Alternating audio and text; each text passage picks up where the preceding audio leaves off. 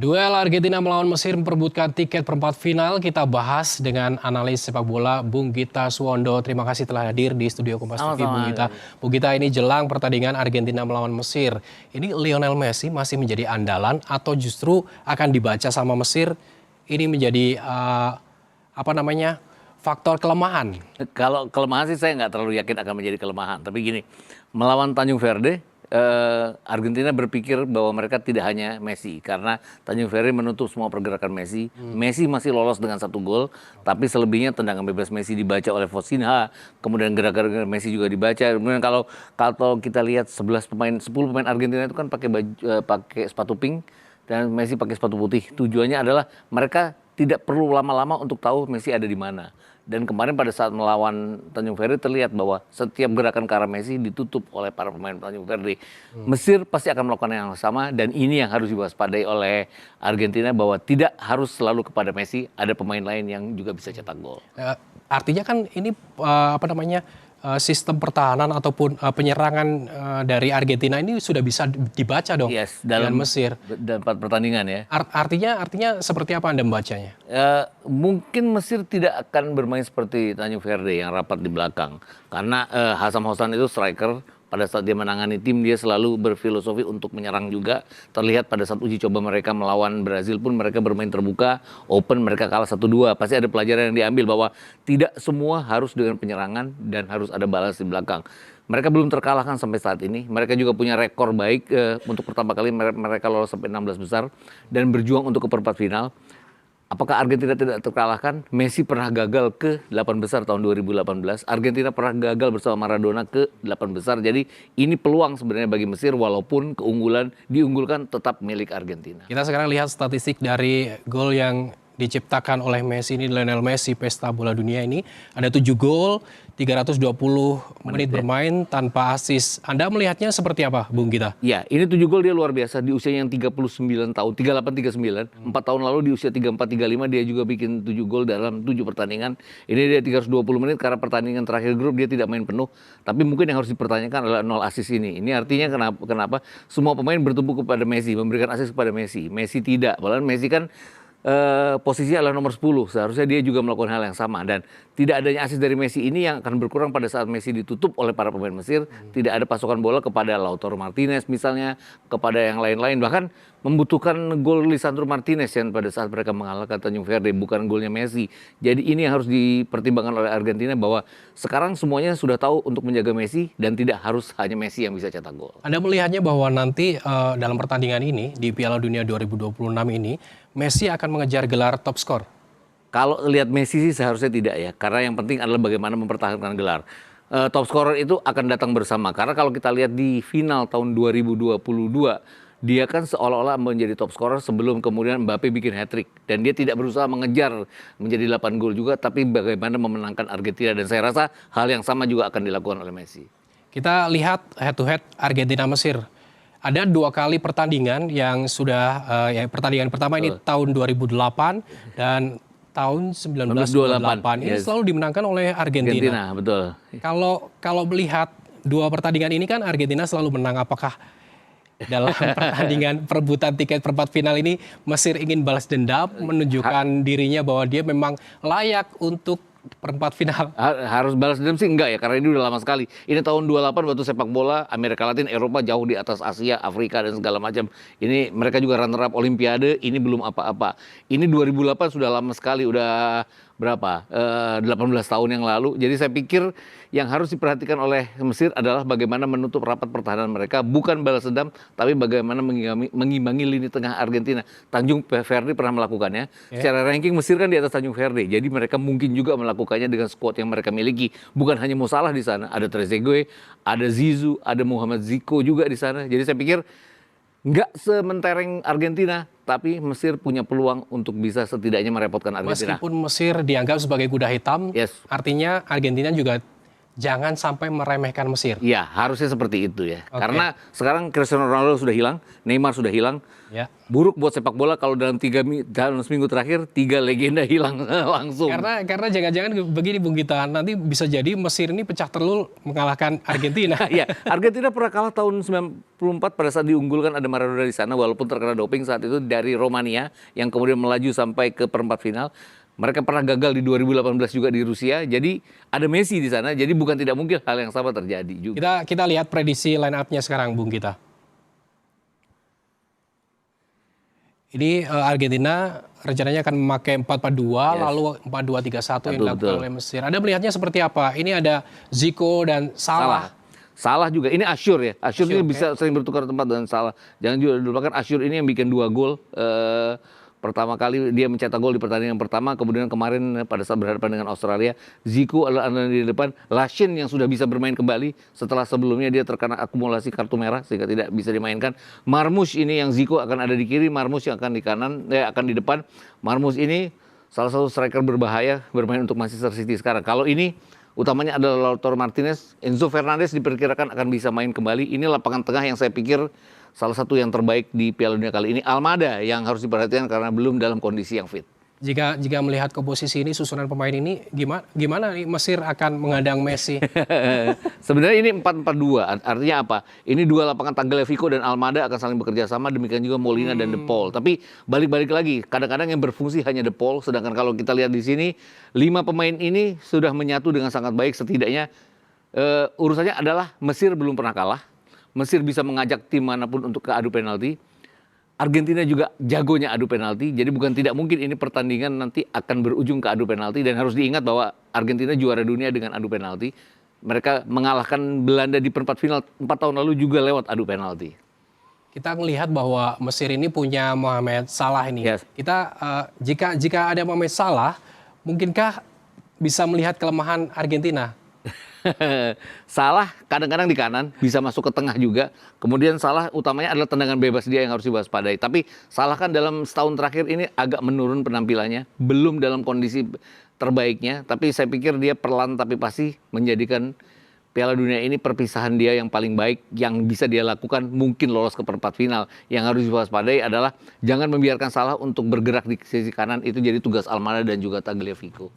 Artinya harus meredam pergerakan Salah ini harus dilakukan posisi kanan oleh Almada. Ya, semua orang mengatakan bahwa Salah itu biasanya kasih umpan ke Marmoush, tapi justru Asyur yang 2 kali lewat tendangan-tendangan jarak jauhnya. Jadi yang paling berbahaya justru pemain ini.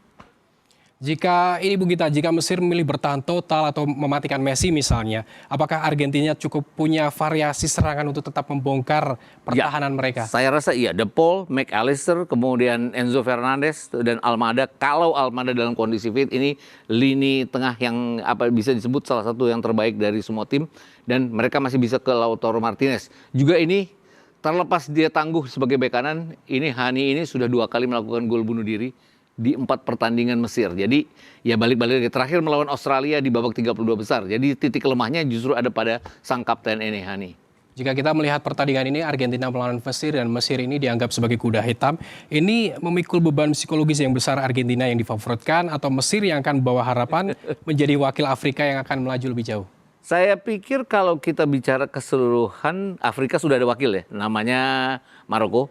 Mesir ini tim dengan ranking ketiga terbaik di Afrika. Jadi saya pikir beban tidak ada pada mereka karena mereka sudah yang terbaik untuk pertama kali lolos ke babak 16 besar. Justru tekanan ada pada Argentina, terutama tekanan setelah mereka juga dibuat repot oleh Tanjung Verde. Selain Argentina versus Mesir yang berebutan tiket perempat final, ini ada pertandingan yang tak kalah serunya, Bung Gita. Ini akan ada Swiss melawan Kolombia. Keduanya memperebutkan tiket ke perempat final, namun kita akan bahasnya usai jeda. Saudara, Senin waktu setempat, timnas Swiss menjalani sesi latihan jelang laga melawan Kolombia di babak 16 besar Piala Dunia. Mereka akan menghadapi Kolombia pada Rabu dini hari waktu Indonesia. Skuad asuhan Murad ini, saudara, mengincar tempat di perempat final untuk pertama kalinya sejak 1954.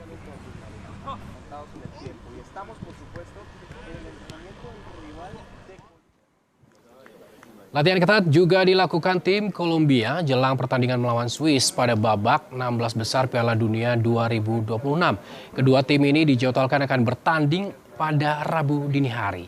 Diperkirakan pertandingan ini akan berlangsung sengit untuk mendapatkan tiket menuju perempat final di ajang Pesta Bola Dunia 2026 ini.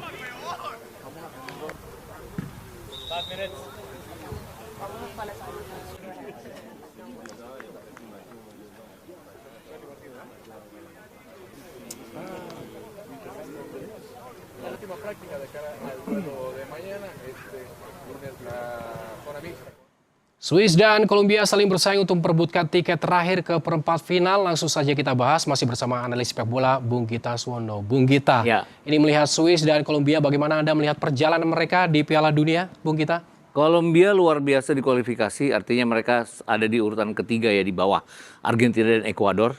Utamanya mereka itu adalah pertahanan yang ketat. Ada 6 hasil kosong-kosong yang mereka lakukan di kualifikasi. Ini artinya sama dengan Ekuador, sama dengan Paraguay. Mereka sulit kalah walaupun sulit menang juga. Ini terbukti di 4 pertandingan yang sudah dilakukan mereka di Piala Dunia kali ini. Mereka baru jebol 1 kali, artinya 3 clean sheet yang mereka lakukan dengan hasil 1-0, 0-0, 1-0. Mereka menahan imbang Portugal, tapi lini belakang mereka benar-benar terjaga. Hanya Uzbekistan yang bisa menjebol gawang mereka. Jadi balik-balik lagi. Kalau kita lihat ini ada pemain unggulan mereka ini Ya, dari Xhaka, ya. Swiss, ada Saka, yang itu ada James Rodriguez. Rodriguez. Anda melihatnya apakah akan menarik? Sama-sama di lini tengah, Granit Xhaka lebih sebagai gelandang bertahan dengan tugas bertahan. Kalau kita bicara James Rodriguez lebih gelandang serang dan merupakan playmaker tim. Tapi ini pemain yang cepat sekali meroket tahun 2014, salah satu pemain terbaik di Brazil 2014. Tapi kemudian pilihannya atas klub Everton, dia dibawa oleh Ancelotti, tidak terlalu berhasil. Kemudian ke Madrid dia sering jadi cadangan.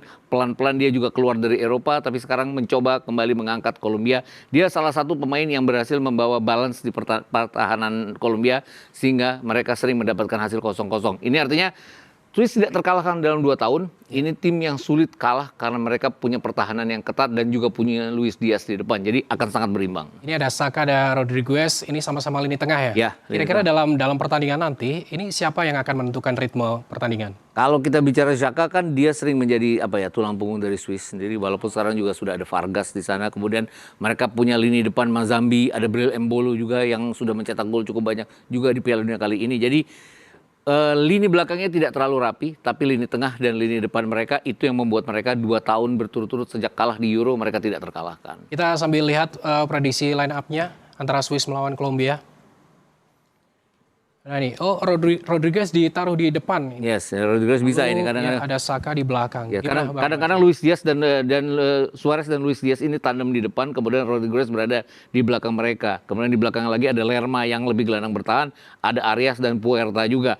Suarez ini di Sporting luar biasa, walaupun tidak terlalu banyak membawa Sporting bicara di Eropa. Luis Diaz jangan dipungkiri ini musim terbaik dia bersama Bayern Munchen. Di Liverpool dia juga sangat baik sekali. Kemudian jadi lini depan ini punya kemampuan cetak gol walaupun tidak banyak, tapi lini belakang ini Munoz, Sanchez, Lukumi, dan Mojica ini yang sangat luar biasa sisi pertahanan mereka. 3 clean sheet dalam 4 pertandingan terakhir di Piala Dunia. Kita lihat Swiss dan Kolombia kalau line up-nya seperti ini, dia pakai formasi 4-2-3-1, 4-3-3. Ini apa yang perlu diwaspadai untuk masing-masing tim memang? Ya, yang harus diwaspadai dari Swiss adalah Embolo dan juga Mazambi. Ini kadang-kadang Mazambi tandem di depan bersama Embolo, kemudian Endoi ke sisi flank, kemudian Vargas juga. Ini 2 DM ini yang harus diperhatikan, Granit Xhaka dan juga Freuler. Ini adalah balance di lini tengah dari Swiss dan ini yang membuat pasukan-pasukan bola untuk Embolo dan Banzabi berjalan dengan sangat lancar. Kalau melihat ini tadi unggulannya adalah Rodriguez, lalu ada Saka di Swiss. Ini untuk meredamnya seperti apa, Bang? Ya, saya pikir kalau Rodriguez yang harus berhati-hati adalah cepat merebut bola secepat mungkin pada saat Rodriguez menguasai bola. Jangan sampai bola itu dialirkan ke Suarez dan Luis Diaz. Ini jelas tugas Freuler dan juga Saka. Vargas juga kadang-kadang membantu pertahanan pada saat diserang, menjadi orang pertama yang mencegah gerakan-gerakan bola dari Rodriguez. Itu yang harus diperhatikan oleh Swiss. Ini dua tim nasional nih, Swiss dan Kolombia, juga bisa dikatakan bahwa keduanya tim kuda hitam. Ya, Swiss kalau dibilang Swiss ini kuda hitam yang selalu gagal di fase-fase penting. Mereka terakhir kali masuk perempat final itu waktu jadi tuan rumah di Austria, 5-4 udah lama sekali.